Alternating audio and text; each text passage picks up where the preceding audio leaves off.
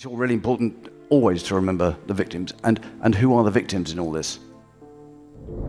For a long time, it looked like King Charles III had the final word over royal titles, homes, and decisions inside the family. But quietly, Prince Edward's lawyers prepared something powerful that challenged that belief. When the truth was confirmed in writing, it shocked the royal household. How did Edward secure what Charles thought he controlled? Join us to find out. A quiet battle over legacy. Something very quiet but very important happened on March 25, 2026. A group of experienced property lawyers walked into the offices that manage royal lands and buildings. They did not come to argue or make noise. They came prepared. In their hands was a thick file. Inside it was a story that had been carefully put together over many years. That file held records of everything Prince Edward had worked on in silence. Every paper he signed, every payment he made, every detail that showed what belonged to him and what could not be taken away. This was not something he rushed. It was like building a wall one brick at a time until it became strong enough to stand against anything. At the heart of it all was one simple but powerful question.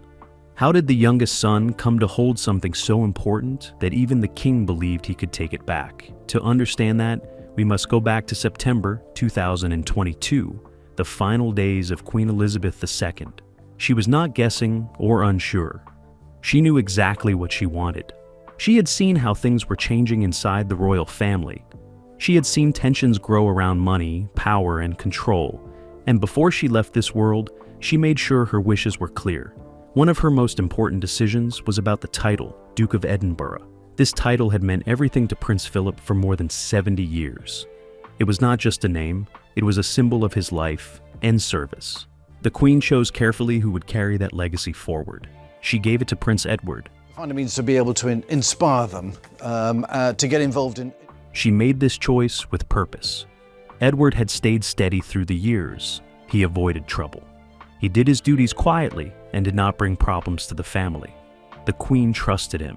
In April 2023, her wish was carried out. King Charles III officially gave Edward the title Duke of Edinburgh. It seemed like everything had gone as planned, but that was only part of the story. There was something else tied closely to that title, something just as important. That something was Bagshot Park. Bagshot Park was not just a building. It was a huge home with 120 rooms, sitting on 51 acres of land inside Windsor Great Park. It had history, meaning, and connection to the Duke of Edinburgh title. In her final years, the Queen made sure that this estate and the title would stay linked together. She even signed a document to make this clear. This paper showed her intention that the home and the title should not be separated. Prince Philip saw this document and supported it. He understood why it mattered. He knew that without this connection, Edward could lose more than just a house. He could lose the foundation of his role. So the Queen made her decision. She locked the title and the estate together. But after she passed away, things began to change. King Charles III had his own way of thinking. For a long time, he believed something very simple. As king, he felt he had the authority to review royal properties, titles, and arrangements. He believed he could modernize the system, reduce costs, and make changes where needed. At first, this idea stayed in the background, but by 2026, it became action. There were reviews of royal homes, there were checks on finances, there were quiet pressures placed on members of the family to change how they lived. And slowly, attention turned toward Bagshot Park. This is where the situation became difficult. Edward had waited his whole life for the Duke of Edinburgh title. He had watched his father carry it for decades. When he finally received it in 2023, it meant everything to him. But only 3 years later, the same system that gave him the title began to question his hold on the home connected to it. Without Bagshot Park, the title would feel empty. It would be just a name without a place to belong, a role without a base. What made this even more serious was the truth about how Edward came to have the estate in the first place. Back in 1996, Bagshot Park was in poor condition. It had been used by an army chaplain, but after that, it was left worn out and neglected. The building needed serious repairs. In fact, the Crown Estate had even considered turning it into a hotel or a conference center. That showed how little value they placed on it at the time. Then, in March 1998, Edward was offered a lease for the property. The terms seemed simple, but carried a heavy responsibility. He would pay £5,000 each year for 50 years. But in return, he had to repair and restore the entire place. This was not an easy task. The building needed a lot of work, and it had to be done quickly. Edward did not step back. He took on the challenge. He used £1,360,000 of his own personal money. This was money he had earned himself before becoming a full-time working royal. The total cost of repairs reached £2,980,000. The Crown estate helped with part of it, but Edward carried a large share of the burden. After the work was completed, his yearly rent was increased to £90,000. The National Audit Office confirmed that this was a fair market rate. This showed something important. Edward followed the rules and paid his way. At the same time, there were differences within the family. His brother Andrew lived at Royal Lodge for many years without paying a full market rate. This was also noted by the National Audit Office. So while one brother met his obligations fully, the other did not. Edward did not stop there. In 2007, he made another major decision. Through his company called Eclipse Nominees Limited, he paid £5 million to extend the lease of Bagshot Park to 150 years. This was not just about living in the house. This was about planning for the future. His agreement gave him the right to sell the lease if he ever wanted and keep the profit. He created stability and control over the property. By 2026, the value of Bagshot Park had grown greatly. It was now worth around £30 million. This changed everything. If the Crown estate could take back the property, it could be sold or leased for a large amount of money. The financial interest was clear. So, when pressure began to build on Edward to give up the estate, it was not only about modernizing the monarchy. There was also a strong financial reason behind it. At this point, Prince Philip's actions became even more important. He had spent more than 70 years observing how the royal system worked. He understood how decisions were made and how situations could change quietly over time. He wanted to protect his son. That is why he made sure the Queen's letter of intent was properly witnessed and recorded. He knew that without this document, Edward might not have enough protection when challenges came. So, when March 25, 2026 arrived, Edward was ready. The file delivered by his lawyers was built on strong points. It included the original lease from March 1998, showing his financial commitment. It included the letter signed by Queen Elizabeth II and witnessed by Prince Philip, linking Bagshot Park to the Duke of Edinburgh title. It also included 20 years of records proving that Edward had maintained the estate well and saved the monarchy money by doing so. Everything was laid out clearly, but even with all this, there was still a problem. King Charles III controlled the system. He had influence over how things were run. He could create pressure without breaking any rules. He could make life difficult in quiet ways. So even with strong evidence, nothing was certain. The moment those documents were opened and read inside Buckingham Palace, one truth stood out. The Queen had made her choice. Edward had prepared his case. Now the future rested in the hands of the king. Would he respect the decision that had already been made, or would he try to change it? That question hung in the air, quiet but powerful, as the story continued to unfold. So, continue watching to find out more. A silent dispute over memory and a precious royal tiara. The situation inside the royal world did not stay still for long. Once the earlier legal pressure began to spread through Buckingham Palace, it quickly grew into something wider and more personal. It was no longer only about land, homes, or titles. It slowly moved into private belongings, things that carried emotion, history, and memory. Sometime earlier in 2026, before any lawyers arrived with a heavy legal file, on March 25, 26, a palace staff member arrived quietly at one of the royal homes. The visit was simple on the surface. The person carried a clipboard and said it was just a routine check. It was described as a normal review of royal items connected to national heritage. It sounded harmless when spoken out loud. But behind that calm explanation, the meaning felt different. It was actually a detailed check of jewelry that Sophie, Duchess of Edinburgh, had worn and kept for about 25 years. At the center of this inspection was one very special piece called the Anthem Tiara. This was not just any royal ornament stored in a collection. It had a deep personal story. It was created for Sophie's wedding in 1999. It was designed and commissioned by Queen Elizabeth II herself. The design came from older royal pieces, including antique elements linked to Queen Victoria's private collection. The shape was made to look like honeysuckle, giving it a soft and elegant style. For almost 20 years, Sophie wore this tiara more than any other. In fact, it became her main and most familiar piece of royal jewelry.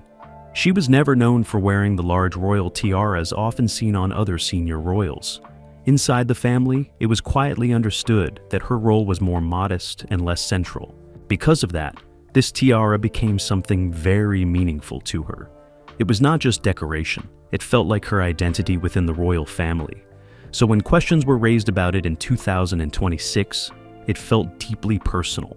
The argument came in formal language, but its meaning was clear because parts of the tiara were connected to older royal materials from Queen Victoria's time. Some believed it might belong to the crown itself. If that idea was accepted, it would mean Sophie would no longer truly own it. Instead, she would only be allowed to wear it when permission was given. This idea created tension. It did not feel like a small adjustment. It felt like a change that could affect many royal gifts, not just one item. If this rule was applied widely, then even personal gifts from Queen Elizabeth II could be questioned and taken back into royal storage. That would affect many members of the family. It could even lead to confusion about who truly owned what inside the royal world. Edward's legal team quickly understood how serious this could become. They also remembered something from the past that made the situation even more sensitive. After Princess Diana passed away, a diamond and emerald necklace that had been given to her by the Queen Mother for her wedding in 1981 was returned to royal storage. Later, that same piece was redesigned into a brooch and worn again in public. That decision caused strong emotions and public anger. Many people felt it crossed a line that should never be crossed again. Because of that history, the idea of rechecking Sophie's tiara brought back old feelings for many observers. Edward's team did not wait. They responded with strong proof. They presented a legal document called a deed of gift, signed in 1999 by Queen Elizabeth II. This paper clearly said that the anthem tiara was a personal wedding gift for Sophie. It was not a shared object and not a royal item to be controlled by the crown. It belonged to her. That document was very important because it came directly from the Queen herself. At the same time, Sophie also received another royal honor from Elizabeth called the Royal Victorian Order. This award is given personally by the monarch, showing trust and recognition. It added more weight to the idea that Elizabeth had a strong personal connection and respect for Sophie. But Edward's preparation went even further. Back in 1999, he had helped design a matching set of jewelry for Sophie. This set included black and white pearl pieces made to go with the anthem tiara. A necklace and earrings were created to complete the look. Even though royal funds helped pay for the materials, Edward held the design rights through his own company structure. His lawyers used this detail to argue something very specific. They said the tiara and the pearl set were meant to be seen as one complete artistic collection. Removing the tiara would break that design unity. That gave them another layer of protection in their argument. Behind all of this legal discussion was something more emotional. Sophie had worn the tiara on her wedding day in 1999. Years later, in October 2019, she stood at a Buckingham Palace event celebrating the Queen Elizabeth Diamond Jubilee Trust. While speaking, she unexpectedly used a deeply personal word and called Queen Elizabeth her mother in front of everyone. It was not planned. It came from the heart. In a place where every word is usually carefully chosen, that moment showed a real bond between them. So, when questions about the tiara appeared in 2026, if the Crown Estate could take back the property, it could be sold or leased for a large amount of money. The financial interest was clear. So, when pressure began to build on Edward to give up the estate, it was not only about modernizing the monarchy. It did not feel like a simple legal matter. It felt like something more personal was being tested. By March 25, 2026, the situation became even more intense. Edward's legal team issued a final warning. If the claim over the anthem tiara was not withdrawn by the end of that day, They would release private letters written by Queen Elizabeth II. These letters were said to clearly express her wish that Sophie should keep full ownership of her jewelry, but there was more. Those letters were also said to include remarks about Queen Camilla. If released, they could reopen old tensions inside the royal family. They could also damage the carefully built public image that had taken many years to create. The warning was serious. It was not just about one piece of jewelry anymore. It was about reputation, history, and trust. By the evening of March 25, 2026, the anthem tiara was still safely with Sophie. But the pressure changed everything. Edward arranged for the tiara to be placed inside a secure private vault under his own protection. It would not be moved or questioned without resistance. He had made his position clear. He would not allow it to be quietly taken away. The legal battle was still not finished, but something even deeper was beginning to form, because when paperwork and warnings were no longer enough, the next moment would not come from lawyers. It would come from family in an unexpected way. The Princess Royal draws a hard line. Inside Buckingham Palace. By the afternoon of March 25, 2026, the quiet tension inside the royal world moved away from papers and offices and into a private room deep inside Buckingham Palace. This was no longer about files on a desk or legal arguments written in formal language. It had become something far more serious and personal. When Princess Anne entered the room where King Charles III was waiting, the atmosphere changed at once. She did not ease into the conversation. She did not soften her words or start with polite talk. She went straight to what mattered. To understand why her voice carried so much weight that day, it is important to know what had changed in the years before it. Princess Anne and Sophie, Duchess of Edinburgh, were not always close. In fact, as recently as 2021, they kept a clear distance from each other. Anne has always been known for being honest and direct. She does not pretend warmth if she does not feel it. She simply stays reserved. But everything began to shift in April 2021 when Prince Philip passed away. His death changed the feeling inside the royal family. It brought people closer in unexpected ways. In the months that followed, both Anne and Sophie stepped forward to support Queen Elizabeth II during her final year. They began to spend more time together, often seen around the same duties and family moments. Factual. Slowly, without loud words or announcements, their distance faded. By September 2022, at Queen Elizabeth II's funeral, the change was easy to notice. As the family stood in quiet grief, Sophie gently placed her hand on Anne's back. It was a small movement, but it showed trust and comfort between them. That simple moment mattered more than anyone realized at the time. Because by March 2026, that quiet bond had grown into something stronger. It had become protection and loyalty. So, when Anne stepped into the meeting with King Charles III, she was not speaking only as a sister to Prince Edward. She was speaking as someone defending her mother's final wishes. She made that clear without hesitation. Anne told Charles that if decisions made by Queen Elizabeth II were ignored or overturned, then the meaning of a monarch's word would begin to fall apart.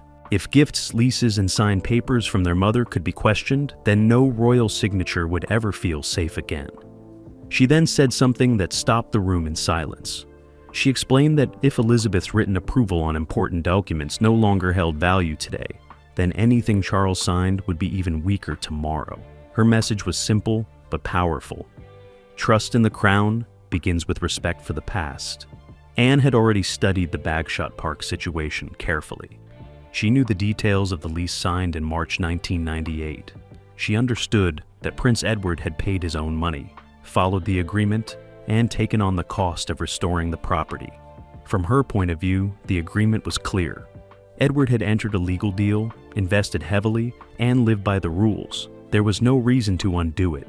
For Anne, the fight over Bagshot Park and the dispute over the anthem tiara were not two separate issues. They were connected.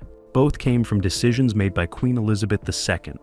Both were supported by signed documents. She warned that if one of those decisions was challenged successfully, it would open the door to question everything else their mother had ever approved. Anne also saw the situation through a deeply human lens. Sophie had lost her own mother when she was young. Over time, Queen Elizabeth became the closest figure she had to a mother. Anne understood that kind of emotional bond very well. She had lost her father in April 2021 and her mother in September 2022. She knew what it felt like when family pillars disappear and only memories and belongings remain. Because of that, she saw the situation not just as a legal dispute, but as something that touched grief and loyalty. She also remembered past royal struggles, especially the difficult years involving Princess Diana. Anne had watched how Diana was slowly pushed away from support and stability. That memory stayed with her. Now, seeing pressure build again on another royal figure made her unwilling to stay silent. In the same meeting, Anne went further. She warned that if Queen Camilla continued to push for aggressive changes, she would respond publicly. She even said she would support a full financial review of the Queen's household, including spending and internal operations. It was a serious warning, and everyone in the room understood it. Anne also defended Prince Edward's children, James, Earl of Wessex, and Lady Louise Windsor. She pushed back against any idea that they should be moved too quickly into private life away from royal protection. She made it clear that such decisions should belong to their parents and the children themselves, not outside pressure. Anne spoke from experience. She had chosen a quieter path for her own children, Peter and Zara, but that choice had been hers alone. By the end of the meeting, King Charles III found himself in a difficult position. Every option carried a cost. Supporting Camilla risked damaging trust in royal decisions. Stepping back meant accepting that some past agreements could not be changed. When Anne left the room, the message was clear. This was no longer just about Edward. It had become a test of the king's authority itself. After reviewing the full legal evidence, Charles was given a firm conclusion by his advisors. The case protecting Prince Edward's position over Bagshot Park was extremely strong. The lease from March 1998, along with financial records and supporting documents, could not easily be overturned. He had believed that as king, he still had full control over royal arrangements, especially after granting Edward the Duke of Edinburgh title in April 2023. But his legal team confirmed in writing that the arrangements tied to his mother's decisions were not something he could simply undo. One detail troubled him even more. The letter from Prince Philip, witnessed before his death, confirmed that Elizabeth and Philip both supported Edward's position. That meant the decision had come from both parents, not just one. Queen Camilla continued to push for a wider system of control across royal property and personal gifts. She wanted everything centralized under strict review, but Edward and Sophie had already built a level of independence that made them hard to pull back into that system. Inside the palace, tension grew. Staff quietly began to take sides. Conversations became more careful. Trust started to break in small ways. Leaks became more likely. Absolutely, and not just such a broad life, but a life that was involved in so many different interests, and he travelled so much of the world. Outside the palace, public opinion also became a concern. At a time when many people were struggling with money and daily costs, any move to take away a home that Edward had invested in and restored himself would be seen in a harsh light. Eventually, Charles sent a handwritten request for a private family meeting to Bagshot Park. It was an attempt to solve things quietly. But Edward refused unless his legal team could be present. That response made everything clear. This was no longer just family disagreement. It was a structured legal and personal standoff. From that moment, the balance of power inside the royal household began to shift in ways that could not easily be undone. The night the crown stepped back. Late in the evening of March 25, 2026, a quiet message was sent from the office that oversees royal treasures. It was delivered to Sophie, Duchess of Edinburgh. The note was very short. It had no warmth, no long explanation, and no emotional tone. It simply said that the anthem tiara would stay under Sophie's personal and private control. There was nothing else added, no apology for the earlier inspection, no mention of the tension that had built up around it, just a final decision, written in plain and careful language. At the same time, another quiet decision was made. The review of Bagshot Park was stopped completely. The official reason given was that the Edinburgh household had shown long-term responsibility in caring for the estate. That was the public wording, but inside the palace, everyone understood what had really happened. The crown had pulled back. In that moment, everything tied to Prince Edward was confirmed again. His title, his home, and the items connected to his family role all remained exactly as Queen Elizabeth II had placed them before her death. The financial interest was clear, so when pressure began to build on Edward to give up the estate, it was not only about modernizing the monarchy. Nothing had been removed. Nothing had been changed. That single confirmation changed the feeling inside the royal family in a deep way. Because now it was no longer a debate or an open argument. It had become a settled record. This was not just spoken agreement anymore. It was written proof that will remain in the royal archives long after everyone involved has passed away. When future generations read it, the meaning will be very clear. A challenge was made, it did not succeed, and the institution itself had to accept that outcome in writing. But even though the dispute ended, it did not bring comfort or peace. Instead, it left something heavier behind. The relationship between King Charles III and Prince Edward had changed in a way that could not be undone. It was no longer close or emotional. It had become formal and careful, shaped by duty rather than trust. From the outside, the public would still see them standing together at royal events. They would appear united, they would smile for cameras and carry out their roles. But behind that public image, things were different. Both brothers now knew that legal protection had been needed between them. That kind of distance does not disappear easily. It stays. From this moment onward, the royal family no longer moved as one simple center. Instead, it began to feel split into two directions. At Buckingham Palace, King Charles III and Queen Camilla continued to focus on a more controlled and organized monarchy. Their vision was about structure, order, and careful management of royal responsibilities. But away from that center, another quiet group began to take shape. Princess Anne, Prince Edward, and Sophie stood closer together, with quiet support from Prince William and Catherine, Princess of Wales. They were not creating open conflict. They were not making loud statements. Instead, they were holding on to stability, protecting older decisions, and resisting changes that felt too sharp or too fast. This divide was now real. It was no longer hidden. It had become part of how the royal household functioned. For James, Earl of Wessex, and Lady Louise Windsor, this moment would stay with them for life. They saw their father go through something serious without raising his voice in public. He did not create drama or seek attention. Instead, he relied on documents, careful planning, and legal strength. In the end, he protected what he believed was right, and the system stepped back. One day, James would inherit the Duke of Edinburgh title, the same title once held by his grandfather for more than 70 years. But he would not see it the same way others once did. He would understand something new. He would know that even something given with honor can later be questioned. Even something deeply trusted can be challenged. That knowledge would stay with him. It would shape how he moves, how he trusts, and how he protects what belongs to him in the future. If you enjoyed this video, like and subscribe, and also click the next video shown on your screen.